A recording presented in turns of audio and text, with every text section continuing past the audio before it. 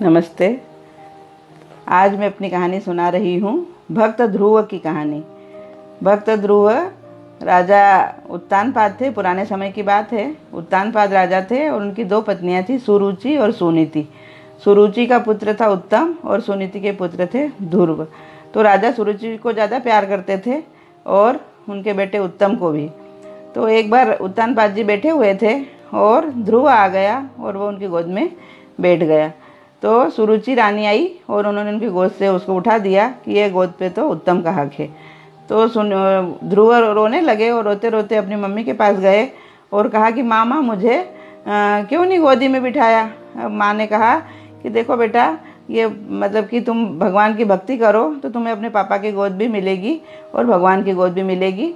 तो ये बात छोटे से ध्रुव के उसमें मतलब मन में घर कर गई और उन्होंने अपनी माँ से विदा लेके कहा कि मैं तो भगवान का ध्यान करने के लिए जाऊंगा और भगवान की गोद को ही पाऊंगा। वो जाने लगे। रास्ते में उनको महर्षि नारद मिले। तो नारद जी ने छोटे से बच्चे को देख के कहा कि क्यों, तुम कहाँ जा रहे हो। उन्होंने कहा मैं तो भगवान को पाने के लिए जा रहा हूँ, मुझे भगवान की गोद चाहिए। तो नारद जी ने कहा तुम छोटे हो। उन्होंने कहा नहीं, मेरे छोटा हूँ तो क्या हुआ, मेरे इरादे बहुत पक्के हैं। चले गए और उन्होंने भगवान विष्णु की खूब तपस्या की। ओम नमो भगवते वासुदेवाय, ये उनको नारद जी ने जाप दिया था। वो करते रहे। आंधी आई, तूफान आए और मतलब बादल भी गरजे, बिजली भी चमकी, लेकिन भूखे प्यासे छोटा सा बालक ध्रुव वहाँ पर तपस्या करता रहा। और नारद जी ने उनके पिताजी को आके बोला कि आपका बच्चा तपस्या कर रहा है।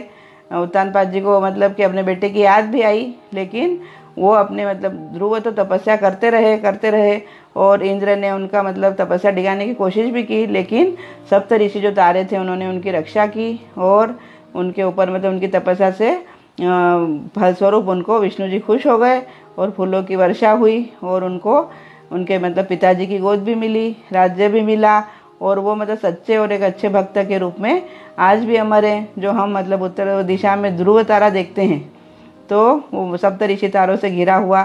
तो उनकी भक्ति, उनका धैर्य, उनकी हिम्मत के कारण आज भी भक्त ध्रुव को हम सब याद करते हैं। तो बच्चों, भक्त ध्रुव की कहानी हमारे लिए बहुत ही प्रेरणादायक है और हम भी उनकी कहानी से जीवन में भक्ति और धैर्य की पराकाष्ठा सीख सकते हैं, है ना। Thank you.